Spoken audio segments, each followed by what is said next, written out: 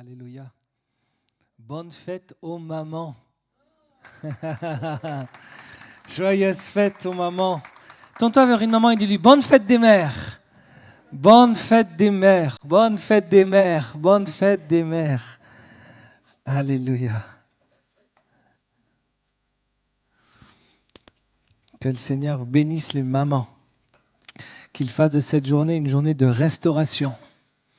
Des restaurations entre le cœur d'une mère et d'un fils et d'une mère, d'une fille et d'une mère. Et je prie, est-ce qu'on peut simplement prier, baisser les yeux, fermer les yeux et prier.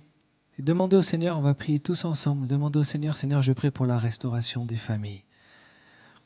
Ça peut être pour ta famille, si toi tu es béni, alléluia, glorifie Dieu. Mais il y en a qui ont des relations compliquées. Alors on va prier ensemble ce matin. Seigneur mon Dieu, te bénissons.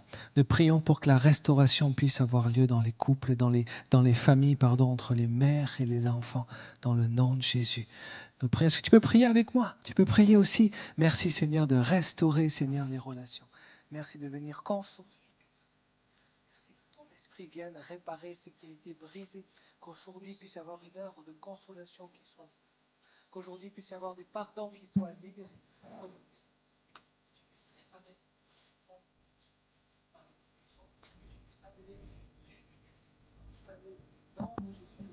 glorifier au travers de ce jour, c'est-à-dire que ton cœur puisse se manifester, afin que les fils reviennent vers les mères, que les filles reviennent vers les mères, et que ton nom soit glorifié.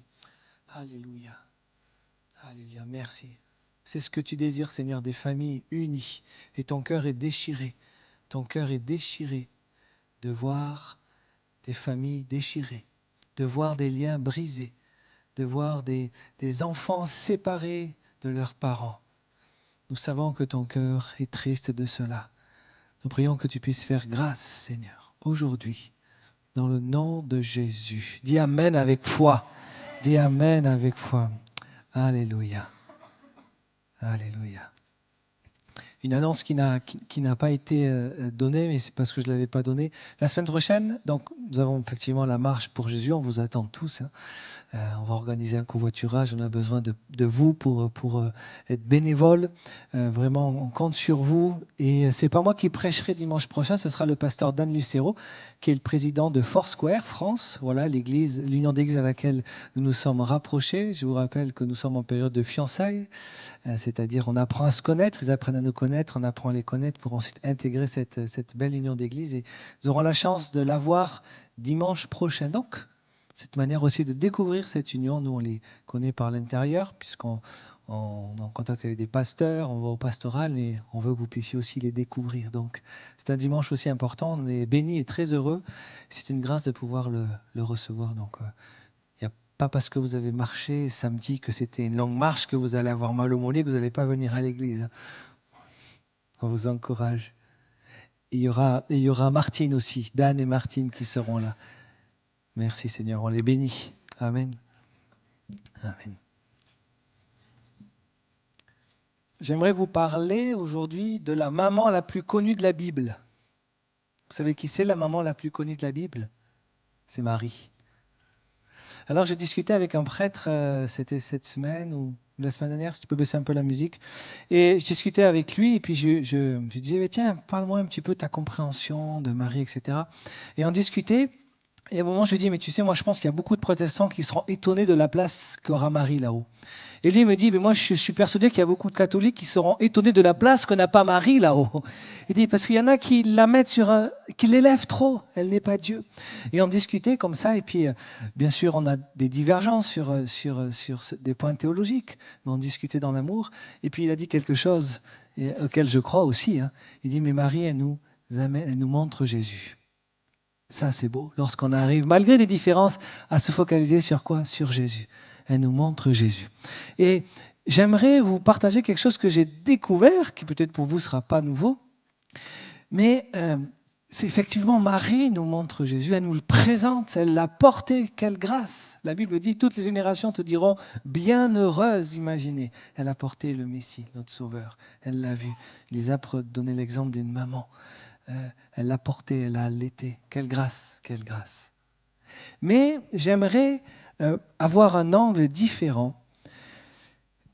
J'aimerais vous aborder la confiance que Marie avait dans le Saint-Esprit, avant même son fils Jésus. Et j'aimerais qu'on puisse lire le texte. On va lire tout le texte ensemble. C'est dans Luc chapitre 1. L'ange lui répondit, « Le Saint-Esprit viendra sur toi, et la puissance du Très-Haut te couvrira de son ombre. C'est pourquoi le Saint-Enfant qui naîtra sera appelé Fils de Dieu. Voici qu'Élisabeth, ta parente, a conçu elle aussi un fils en sa vieillesse, et celle qui est appelée stérile est dans son 6e mois, car rien n'est impossible à Dieu. »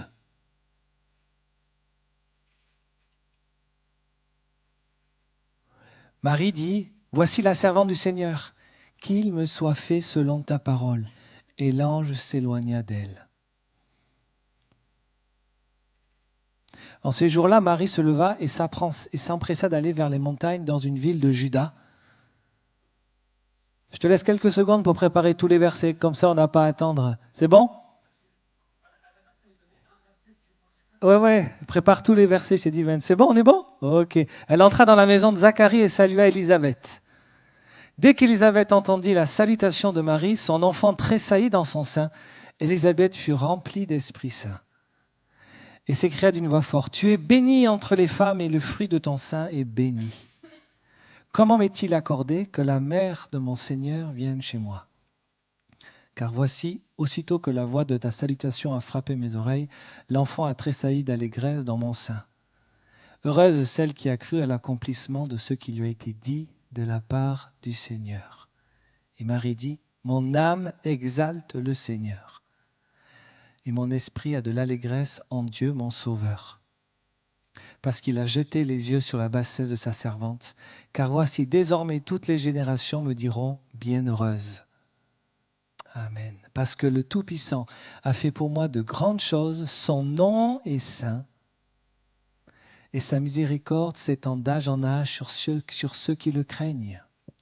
Il a déployé la force de son bras, il a dispersé ceux qui avaient dans le cœur des pensées orgueilleuses. Il a fait descendre les puissants de leur trône, élevé les humbles, rassasié de biens les affamés, renvoyé à vide les riches. Il a secouru Israël son serviteur et s'est souvenu de sa miséricorde, comme il l'avait dit à nos pères envers Abraham et sa descendance pour toujours. » Marie demeura avec Élisabeth environ 3 mois, puis elle retourna chez elle. Comment est-ce possible? Elle reçoit un ange qui lui annonce qu'elle va enfanter alors qu'elle est stérile. Vierge, pardon, excusez-moi, vierge, merci. Comment cela peut-il être? La réponse de Dieu, c'est le Saint-Esprit. Le Saint-Esprit est la réponse de Dieu face à l'impossible. L'ange lui annonce qu'elle va avoir un enfant. Vous savez que Marie était fiancée, elle n'a pas eu de relation intime avec un homme. Et cela nous rappelle d'emblée combien la pureté est importante pour Dieu. La période de fiançailles n'est pas le moment de la rencontre des corps. C'est quelque chose que Dieu n'approuve pas. Et le fait que Marie soit fiancée et qu'elle dit « je ne peux pas avoir d'enfant parce que Joseph et moi n'avons pas eu de relation », nous indique clairement que sa sexualité est prévue par Dieu. Elle est bonne, mais dans le cadre du mariage. C'est peut-être pas, comment dirais-je, à la mode, mais c'est à la mode du Seigneur. C'est la façon de vivre du royaume. Elle dit, comment cela peut-il être? Mais bien évidemment, mais nous on lit cette histoire, on connaît, on sait que Marie, la Vierge, a été enfantée miraculeusement.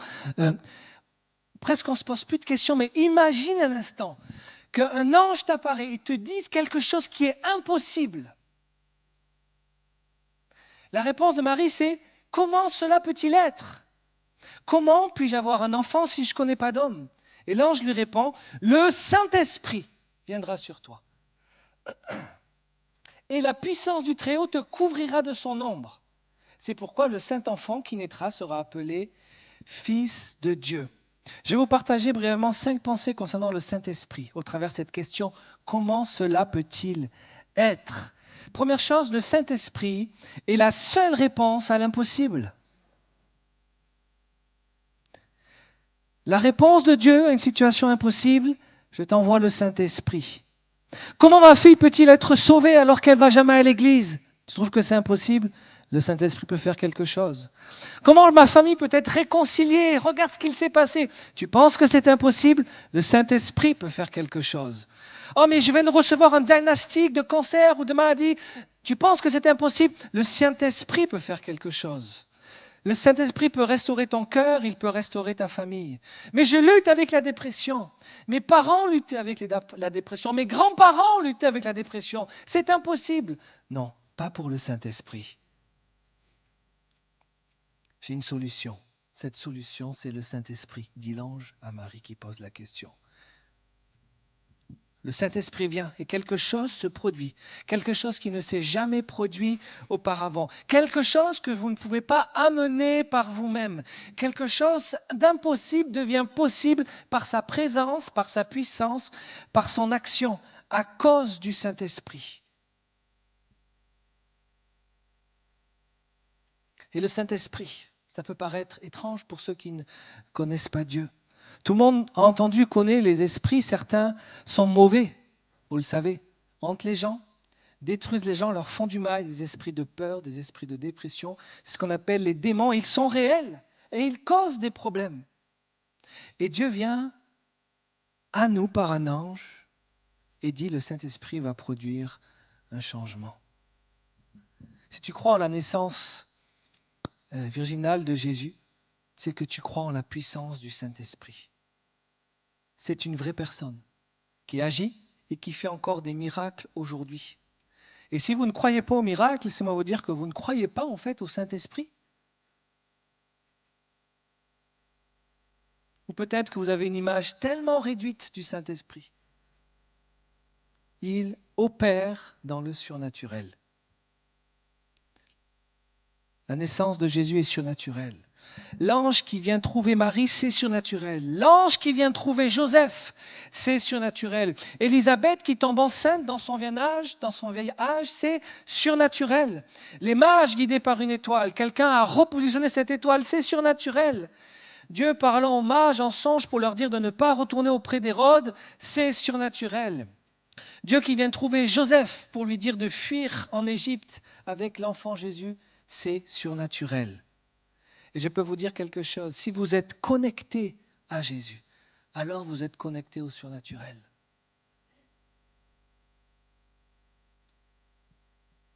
Si vous êtes connecté à la Bible, à la parole de Dieu, alors vous êtes déjà connecté au surnaturel. Notre vie n'a pas à être seulement naturelle. Tout le cœur de Dieu, le projet de Dieu, c'est de rétablir une relation avec nous. Donc tu rentres en relation avec un être surnaturel qui veut agir dans ta vie.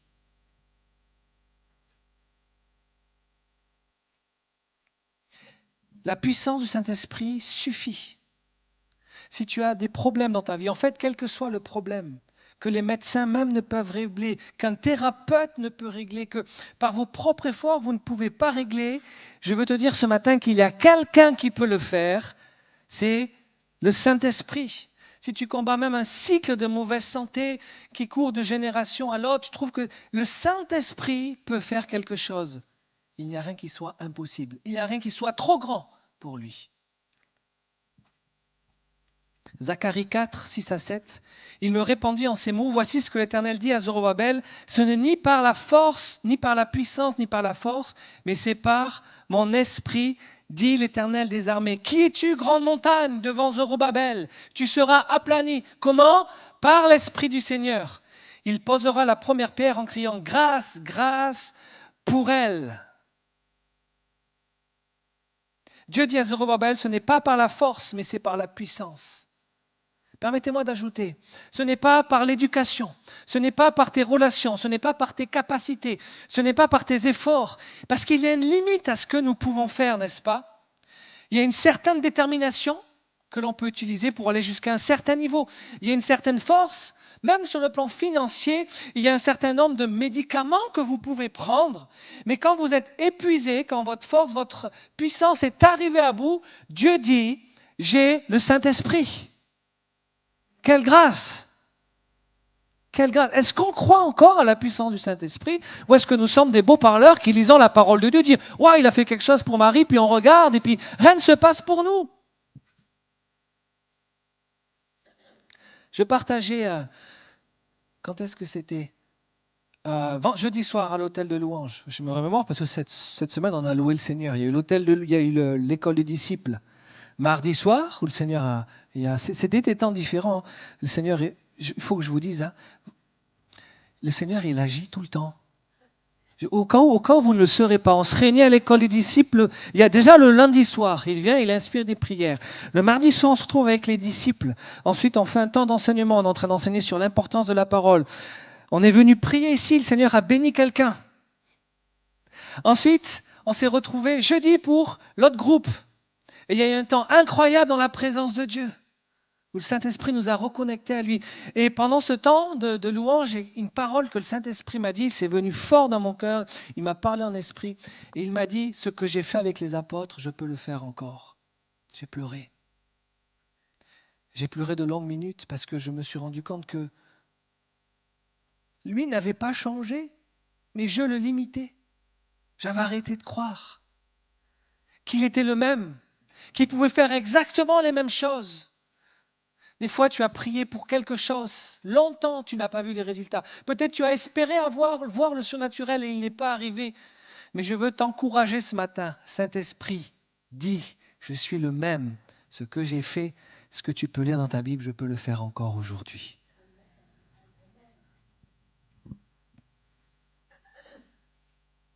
Notre Église ne vit pas ce qu'elle vit aujourd'hui grâce à sa propre force, à nos qualités humaines, à nos compétences. C'est là par la puissance de l'Esprit. Il y en a qui croient en la puissance de l'argent, il y en a qui croient en la puissance de la connaissance, il y en a qui croient en la puissance des réseaux. Nous croyons en la puissance du Saint-Esprit. Amen. C'est la puissance qui libère les captifs, qui transforme un drogué en homme libre, un fils alcoolique en homme sobre, un Moïse en meurtrier en missionnaire, un Saul qui haïssait les chrétiens en apôtre Paul. Cette puissance, c'est la puissance du Saint-Esprit qui agit encore aujourd'hui.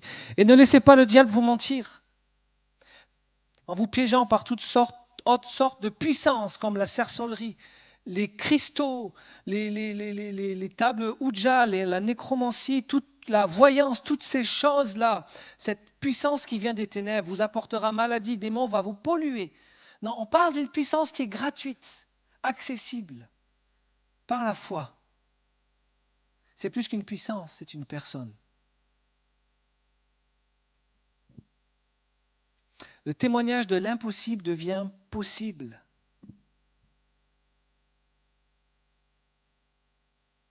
Car rien n'est impossible à Dieu. L'ange a dit à Marie. Rien n'est impossible à Dieu. Vous savez qu'il y a une période de silence prophétique entre l'Ancien Testament et le Nouveau Testament de 400 ans.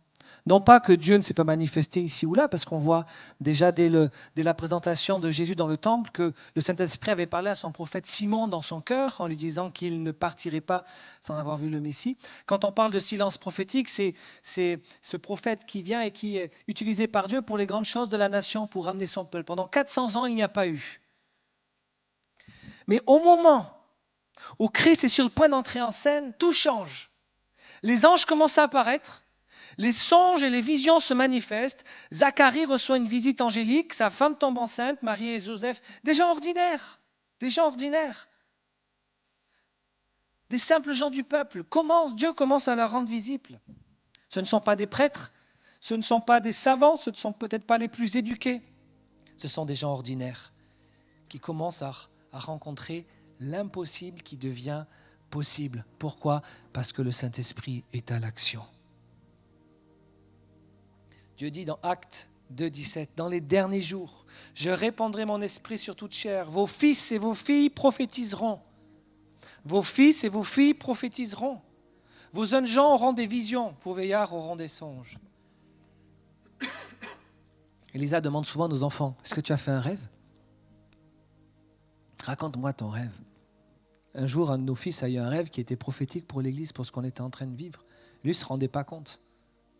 Mais la parole dit, vos fils et vos filles prophétiseront, ils auront des visions. Alors, est-ce qu'on s'attend à ce que nos enfants reçoivent des choses du Seigneur? Ben oui. Dieu dit, dans les derniers jours, ce ne sera pas seulement Marie et Joseph qui en feront l'expérience. Ce sera vous. Je répandrai sur vous mon esprit. Et voici les signes qui accompagneront ceux qui croient. En mon nom, ils chasseront les malades. Ils chasseront... Ah non, pas les malades. Les démons. Ils guériront les malades. Ils parleront en d'autres langues. Les malades, venez, on va prier pour vous, on ne vous chasse pas. Cette Église croit au Saint-Esprit. On n'a pas honte de sa puissance. Même si parfois, ça peut paraître étonnant à ce qu'on peut, à notre, à nos cadres bien rangés, politiquement corrects. Écoutez, la première fois que le Saint-Esprit s'est déversé dans l'Église, il y en a qui ont cru que les gens étaient fous, qu'ils étaient ivres. Pourtant, c'était l'Esprit qui était derrière.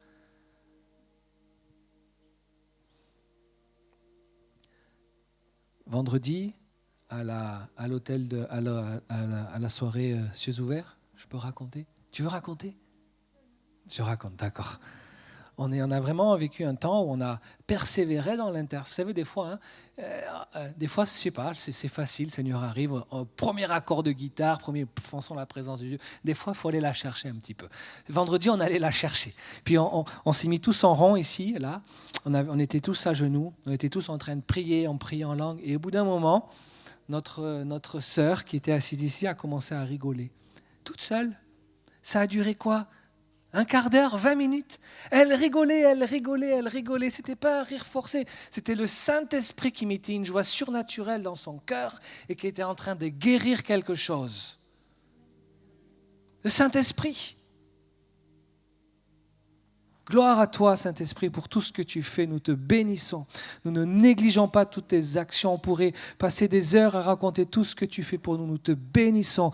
Nous te remercions pour ce que tu as fait pour notre sœur. Nous te remercions pour ce que tu as fait ce matin. Nous te remercions pour ce que tu continues à faire, pour les projets que tu as pour nous. Nous voulons te dire que tu es le bienvenu. Prends toute la place, Esprit de Dieu. Nous croyons que tu es le même. Nous croyons en ta puissance. Nous croyons que tu agis encore, que c'est par toi que tes apôtres ont pu marcher dans les signes, les prodiges et les miracles, que cela a attiré les foules, que cela a permis des conversions, que c'est toi qui as, le jour de la Pentecôte, Seigneur, Saint-Esprit, a amené 3000 personnes au salut, puis quelques jours plus tard, 2000, 5000, Seigneur, et nous te bénissons pour ton action. Tu ne changes pas, tu vas continuer à agir. Continue à agir dans nos cœurs, continue à agir ce matin.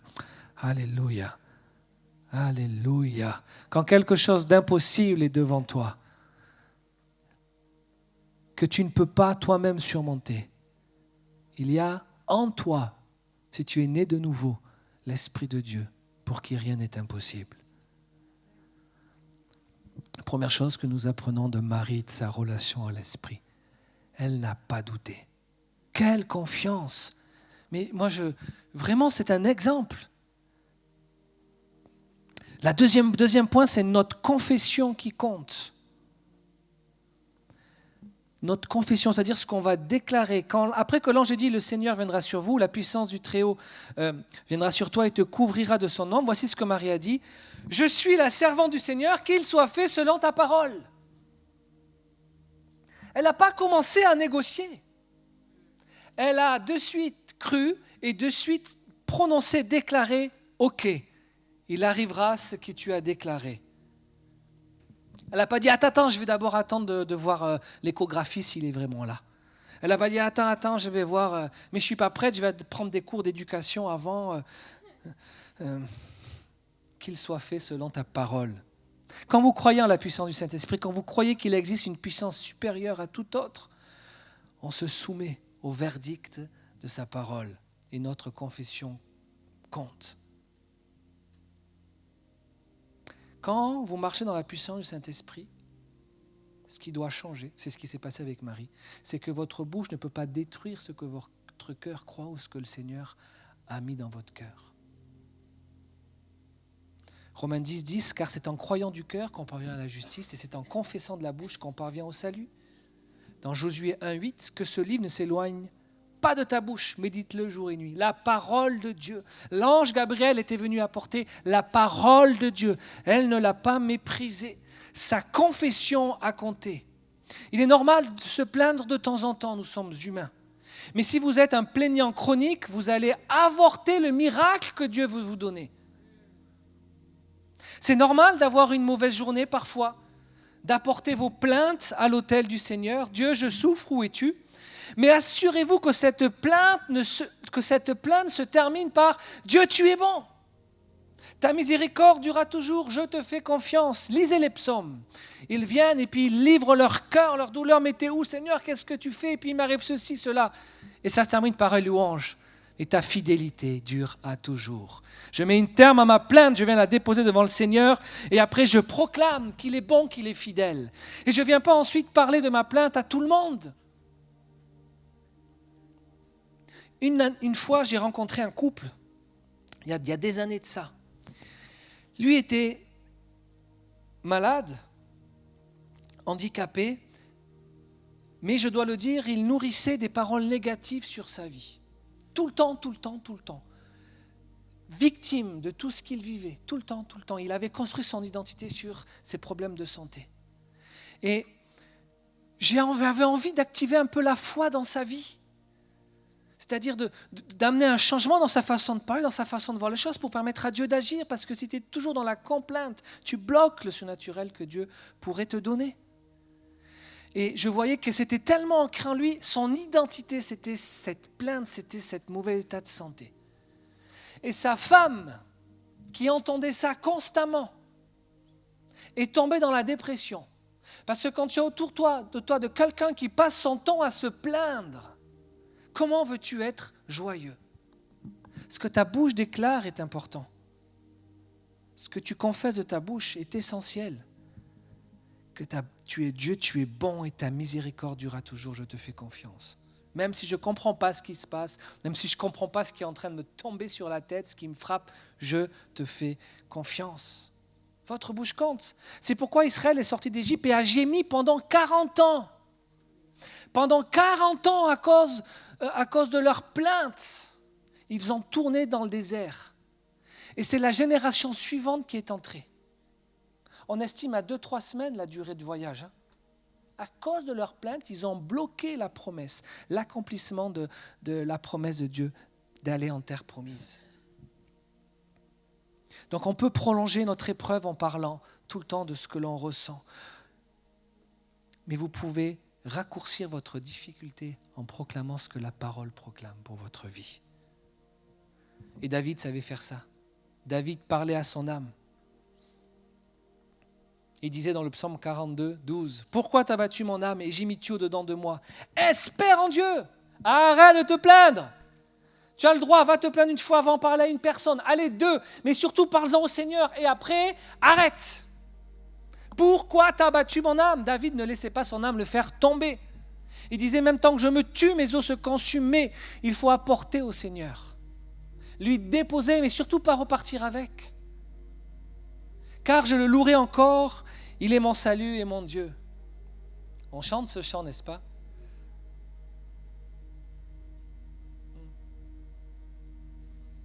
Oh mon âme, bénis l'Éternel.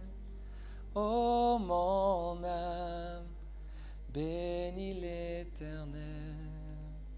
Oh mon âme, bénis l'Éternel.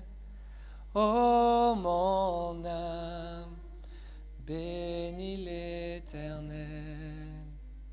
Je n'oublie aucun de ses bienfaits.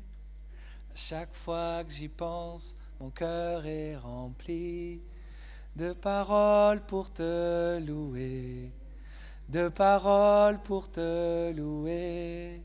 Quand tout va mal, oh mon âme, pourquoi t'as battu? Même au milieu de la tempête, tu es là. Quand tout va mal, oh mon âme, pourquoi t'as battu? Même au milieu de la tempête, il est là. Et je le louerai encore. moi je le louerai encore. Oh mon âme, bénis l'Éternel. Oh mon âme, bénis l'Éternel. Alléluia, voilà ce que David faisait quand son âme le condamnait, quand son âme le tirait vers le bas. Alléluia. Parce que quand vous marchez par le Saint-Esprit, votre confession compte. Alléluia. Marie a donc cru en l'impossible. Marie a confessé. Et ce qu'elle a fait, en troisième point, elle a loué dans l'attente. Mais oui, entre le moment où l'ange est arrivé et le moment où elle a commencé à ressentir les premiers mouvements, les premières nausées certainement, ça ne s'est pas fait comme ça.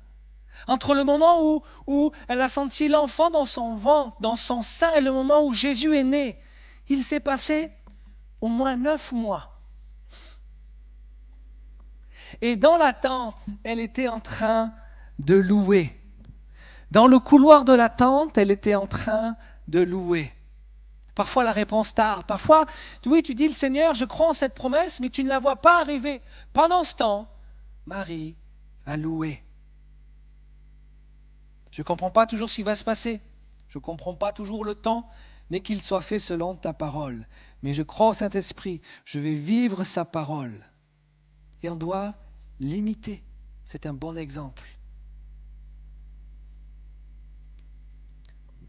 La différence, c'est très intéressant de lire, les récits sont très proches, la réaction de Marie, à qui l'ange Gabriel est apparu, et la réaction de Zacharie, à qui le même ange est apparu, pour annoncer deux nouvelles incroyables. À Marie, la venue du Messie, et à Zacharie, la naissance de son fils, Jean-Baptiste, qui allait préparer le chemin du Seigneur. Et quand l'ange est venu trouver Zacharie, et qu'il a dit « tu auras un fils », Zacharie n'a pas fait ce que Marie a dit. Il a au contraire dit, ça ne va pas arriver. On a essayé, on a prié, ça n'arrivera pas. Et l'ange lui a dit, je suis l'ange de Dieu qui se tient devant sa présence, tu oses me défier? Je paraphrase. Et Zacharie a continué à refuser, l'ange a dit, tu sais quoi? Allez, j'en ai assez, tu ne parleras plus. Muet. Il est muet. L'ange l'a rendu muet à cause de son incrédulité. Et s'il avait, au lieu de dire, mais comment c'est possible? Dis comme Marie, qu'il soit fait selon ta parole. Et la déclaration compte. C'est deux réactions différentes face à la promesse. Mais remarquez, quand Zacharie a commencé à louer Dieu après la naissance de son fils, alors la parole est revenue. Mais Marie, elle n'a pas loué après l'accomplissement de la promesse. Elle a loué avant. Quelle foi, n'est-ce pas? Elle a loué quand elle a reçu la promesse. La vraie foi se révèle à travers le moment où vous commencez à louer. Si tu commences à louer avant d'avoir saisi ta victoire, tu te places dans la foi. Si c'est après, tu es Saint Thomas. Tu as vu, tu as cru, tu as loué Dieu. Seigneur, accueille cette louange. Mais la louange, la foi, tu ne l'as pas vue, mais tu sais et tu remercies déjà le Seigneur. Et Marie a dit, mon âme exalte le Seigneur et mon esprit se réjouit en mon Sauveur. Elle ne l'a pas vu encore. Mais elle le loue. Alléluia. Je n'ai pas besoin de voir pour croire. Je n'ai pas besoin de le voir pour écarter en louant. Je peux le louer même au milieu de l'attente. Je peux le louer dans le couloir de l'attente avant que s'ouvre la porte, avant que le rapport médical confirme le miracle. La promesse de Dieu est une raison suffisante pour le louer. Amen. Alléluia. La louange bâtit notre foi. La Bible dit que tout ce qui a du souffle ne se plaigne pas au Seigneur, mais le loue. Comment est-ce que vous bâtissez votre foi quand vous ne voyez pas les choses se produire? Mais premièrement, on fait confiance au Saint-Esprit. Deuxièmement, on laisse la parole de Dieu être l'autorité. On s'y soumet plus que nos ressentis, plus que nos sentiments. Troisièmement, on n'attend pas de voir le miracle de Dieu. On le loue déjà. On le loue déjà, dans l'attente. Tu attends la conversion, le miracle des membres de ta famille. Loue le Seigneur. Loue le Seigneur. On parlait de réconciliation tout à l'heure. Loue le Seigneur avant. Tu crois que Dieu souhaite la réconciliation? Tu crois que Dieu veut l'unité des familles? C'est sa volonté. Tu pries dans sa volonté, le Seigneur écoute, il exauce. Loue-le. Dans le couloir de l'attente, je ne te dis pas que la louange va déclencher la réponse de suite, quoique parfois oui, mais aussi longtemps que cela, mais loue-le.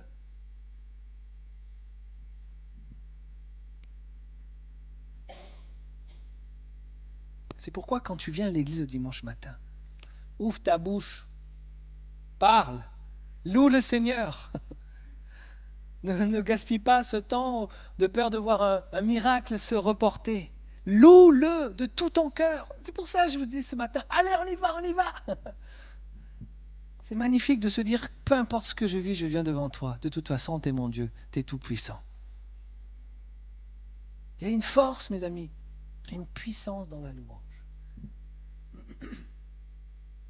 Même quand tu arrives et tu dis, oh, je suis trop déprimé. Non. Tu te secoues un peu, tu pétines cette dépression et tu te dis, Seigneur, je viens te louer. Parfois, on crie après nos enfants, après nos collègues dans les embouteillages et après notre footballeur préféré, notre équipe de foot préférée. Mais quand on est passionné, moi je veux qu'on soit passionné de Jésus. Alléluia. Je veux qu'on soit passionné de Jésus, qu'on puisse lui lancer un bon cri, je te fais confiance, Seigneur. Ce que je ne vois pas, je sais que tu es en train d'agir, de l'accomplir, et je décide de te louer avant de voir l'accomplissement de ta promesse. Quatrième chose que Marie a faite, elle s'est entourée des bonnes personnes. Elle s'est entourée des personnes qui portent la promesse. Elle est allée voir sa cousine qui était elle aussi enceinte de la promesse de Dieu. Élisabeth l'avait gardé pour elle. Elle ne voulait pas le partager parce qu'il y aurait eu des incrédules autour d'elle. Tu éveilles, toi? Oui, un ange est apparu à ton mari. D'accord. Et tu vas avoir un enfant. D'accord. Imagine notre sœur, Françoise, Marie-Françoise, qui arrive et qui nous dit je ne vous dis pas, mais le Seigneur m'a dit que je suis enceinte. Franchement, la première réaction, on ne va pas dire « Ok, Marie-Françoise », on va dire écoute, fais une échographie peut-être. Et puis, Élisabeth, elle savait très bien que si elle annonçait une chose folle comme ça, les gens n'auraient pas cru, auraient été incrédules. Alors, elle a gardé pour elle, elle a bien fait. Et puis Marie arrive. Ensemble, elles vivaient quelque chose de spécial. Que Dieu te bénisse. Que Dieu te bénisse. Et au moment où elle reçoit la prophétie, au moment où elle reçoit quelque chose qui ne s'est jamais produit auparavant, l'ange lui dit aussi, Élisabeth est enceinte. D'autres termes, si l'ange de Dieu vient vous voir et dit, vous allez recevoir un miracle, savez-vous quelle est la prochaine chose qu'il vous dira? Il y a un groupe de personnes auxquelles je veux que tu te rapproches et que tu ailles. Appelez ça comme vous voulez, un groupe de vie, appelez ça l'école du disciple, appelez ça.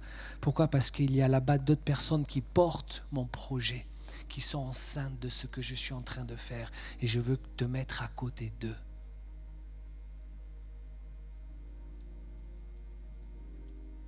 Quand vous portez quelque chose, vous êtes enceinte de quelque chose, vous ne voulez pas vous entourer des personnes qui vont vous dire d'avorter. C'est ce que le Seigneur est en train de faire dans vos vies, n'est-ce pas? Qui vont vous dire, oh ben non, tu vas faire une fausse couche. Mais qui vous disent, moi aussi j'ai ce que tu as. Viens.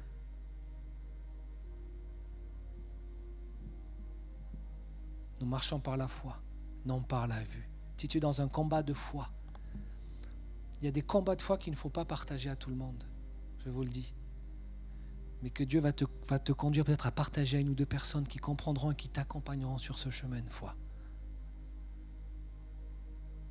Quand Jésus est venu pour ressusciter la fille de Jaïrus, la parole nous dit qu'il y avait dans la salle des moqueurs. Jésus les a fait sortir.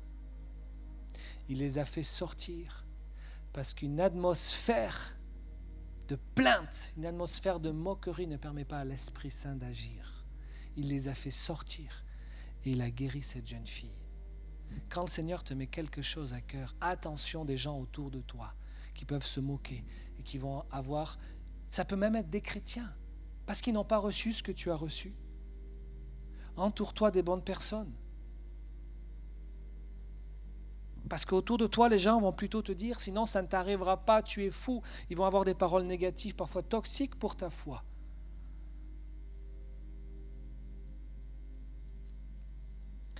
Il y a cet adage, on dit souvent, vous devenez comme les 5 personnes avec lesquelles vous passez le plus de temps. Vous devenez comme les 5 personnes avec lesquelles vous passez le plus de temps. Regarde ton entourage et les personnes avec qui tu parles le plus. Sont-elles des personnes qui stimulent ta foi ? Sont-elles des personnes qui alimentent des complaintes ? Sont-elles des personnes qui te poussent, qui t'encouragent à aller plus loin avec Dieu, qui stimulent ta foi ?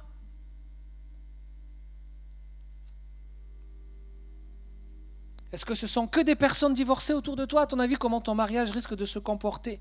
Je ne dis pas qu'il ne faut pas fréquenter, vous comprenez ce que je veux dire, mais la proximité, les personnes à qui tu donnes, à qui tu livres ton cœur, celles que tu laisses avoir une influence sur toi. Tu t'entoures de personnes qui vont à l'église occasionnellement ou tu t'entoures de celles qui sont enflammées pour Dieu ? Entourez-vous des Élisabeth, des personnes qui portent la même vision, la passion, le même rêve que vous. Ce ne sera pas des gens parfaits, ce sera des gens passionnés qui portent aussi le projet de Dieu. Restez pas seuls, le groupe est important, la communion est importante. Et le dernier point, je vais terminer par là rapidement, le surnaturel n'exclut pas le processus douloureux. Malgré la nature surnaturelle de la conception, cela n'implique pas que le processus se fait sans douleur. Elle a été enceinte, Marie, certes de façon surnaturelle, mais ça ne signifie pas qu'elle a accouché de Jésus dès le lendemain. Il y a eu les 9 mois. Je voyais je me rappelle d'Élisa lorsqu'elle était enceinte des enfants, qu'elle arrivait à terme. Elle avait un très gros ventre qui partait sur le devant comme ça. Après, si tu regardais derrière, tu te voyais qu'elle était pas enceinte. Puis des questionnées, tu te disais quoi ? Pour se déplacer, c'est compliqué. Tu dors mal. Parfois, tu peux avoir des vomissements à certaines périodes. L'accouchement, c'est pas facile.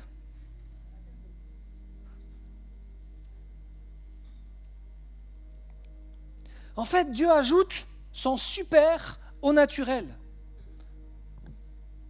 Juste parce que Dieu commence quelque chose de surnaturel, écoutez-moi bien, cela ne signifie pas que le processus sera indolore et rapide. Dieu vient allumer l'étincelle du surnaturel, mais il ne supprime pas notre responsabilité. Si Dieu guérit ton corps, ça ne signifie pas que votre santé sera divine en permanence. La santé vient aussi comme le résultat d'une discipline, d'un travail, d'un soin. Quand Dieu fait un réveil dans l'église et que beaucoup de gens viennent, cela ne signifie pas que tout sera facile. Quand Dieu délivre d'un esprit mauvais, c'est un jour de joie. Mais ensuite, il faut apprendre à marcher sur le chemin de la gouvernance, c'est-à-dire de garder ta délivrance, de marcher dans la victoire. Ça peut parfois être difficile. Tu vas apprendre à combattre dans tes pensées. Pourtant, tu expérimentes, tu vis dans le surnaturel. Ça ne veut pas dire que c'est facile. Mais Dieu s'associe à nous. Le miracle de Dieu n'annule pas nos responsabilités. Ça ne veut pas dire qu'on n'a pas à souffrir. Ça ne veut pas dire qu'on a forcément à souffrir non plus. Mais ce que je veux dire, ça nous implique. Les douleurs d'accouchement, les 9 mois de grossesse, ce n'est pas une promenade de santé. Et Dieu ne le fait pas à notre place. Il ajoute le super à notre naturel. C'est pour ça que ça s'appelle le surnaturel.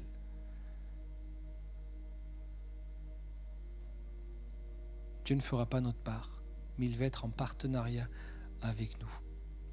Amen. Son joug est doux et léger. Son joug est doux et son fardeau léger.